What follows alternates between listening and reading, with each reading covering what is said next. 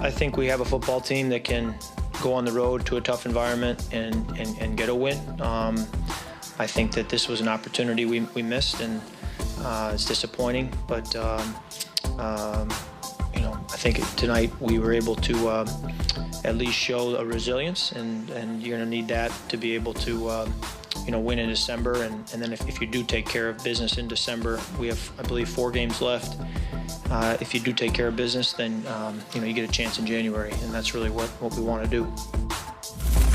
But not as good of a chance as they would have had in January, because they're not going to win the division now, barring a loss or 2 by the Packers in games they will be favored in. All the Packers have to do is win their 3 remaining games, not against the Vikings, and they win the division. They'll be favored in all 3 of them. It's Washington, it's the Bears, and it's the Lions. But, Chris, for as well as Kirk Cousins played last night, and he played well, I'm giving him his praise. Yes. My lingering concern continues to be, right, what do you do with the game on the line? And the game was on the line with 2.5 minutes to play, 4th and 3 from their own 42. And it all happened so fast. It all happened so quickly. And I understand he lacks the mobility to run away from the pressure and buy time with his feet. He's got to make a quick decision.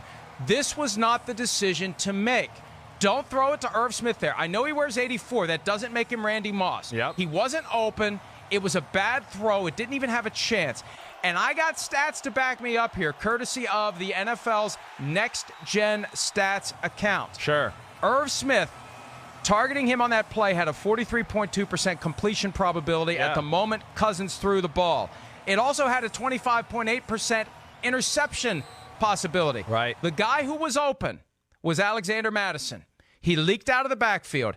89.9% completion probability, and the expected gain, 5.6 yards. According to Next Gen Stats, would have gotten the first down, throw it to Madison. And I just wonder, if it had been Cook, would he have thrown it? Right. Or was he concerned the rookie maybe going to, do something down his leg in that key moment, have Bobby Wagner closing in on him and blow him up and not let him get to the sticks. Right. But that was the move there. And when you got to make quick decisions because you don't have the mobility to buy time, that's fine. But you got to make the right decision, too, when you're making a quick decision. Yeah, well, you do. Okay, I get it. And, the things you're saying are real. I understand that, Johnny Analytics. Okay, I didn't know you went to Johnny Analytics school overnight, all right? But the other thing, too, is, all right, so first off, one of a strength of your football team is not the drop-back pass game. We know that, and especially without Adam Thielen. It's been all about the play actions and the bootleg. So it's not a part in the game where it necessarily suits your strengths always. That's not an excuse.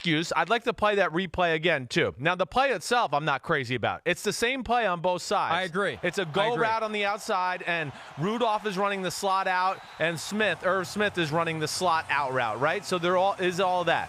Now, the back is a guy, and I'd like to see the start of that replay one more time, because you're right, it looks like he's open, but also at the same time, that's your check down.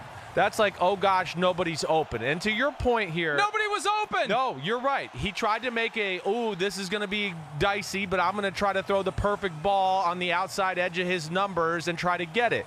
And because of lack of mobility and things you've mentioned, which I think you're spot on, Mike, he's a little reluctant to, in this situation, let me pull the ball down and dance around and find something. Now, to what let's run it back again. Madison's run it back again. Madison's open. You're right. But Wagner's there. Right.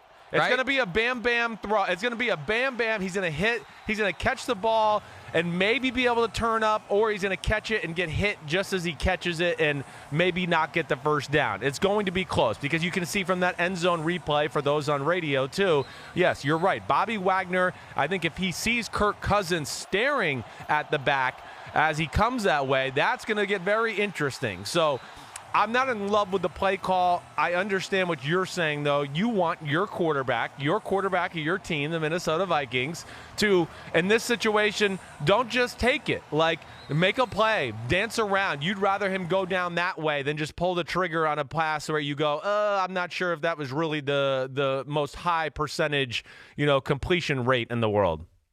I agree with you. It was a bad play design. It was a bad play choice. That's not the play for that moment. But I don't know that I agree with the next-gen stats there. I mean, I'll support analytics when they back up the argument I'm trying to make.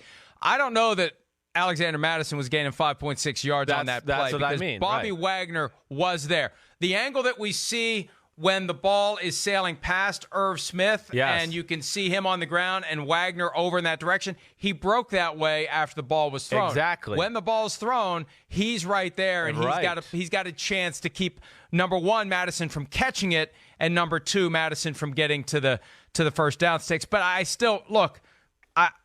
It wasn't. It all happened. I mean, it didn't work, and it's designed to happen quickly. That's the problem. Yeah. You got your two receivers, Stephon Diggs and That's the Laquan problem, Treadwell, right. going down the field, and once the outs are run by Smith and Rudolph, what do you do? Exactly. Break back in? Yes. What do you do at that point when all hell breaks loose? But obviously, I didn't like it because it didn't work. Yeah. But at the same time, it looks like it was destined to fail from the moment the ball was snapped. I think that's really what it is. It just was the wrong play call in the wrong moment there. You know, you'd like to have a little more options or something that. I mean, that's basically a play where you go, okay, I'm going to throw a 50-50 back shoulder ball to Stephon Diggs up the sidelines, or I'm going to throw an out route to my tight end where, you know, they're play a defense it's very conducive to be able to cover that. So they're not great options, but I think to what you're saying, you want to see, you know, Aaron Rodgers, Brady in his clutch. Oh, let me look around. The protection's okay, and I'll sit here and dance and wait for somebody to come open for a second.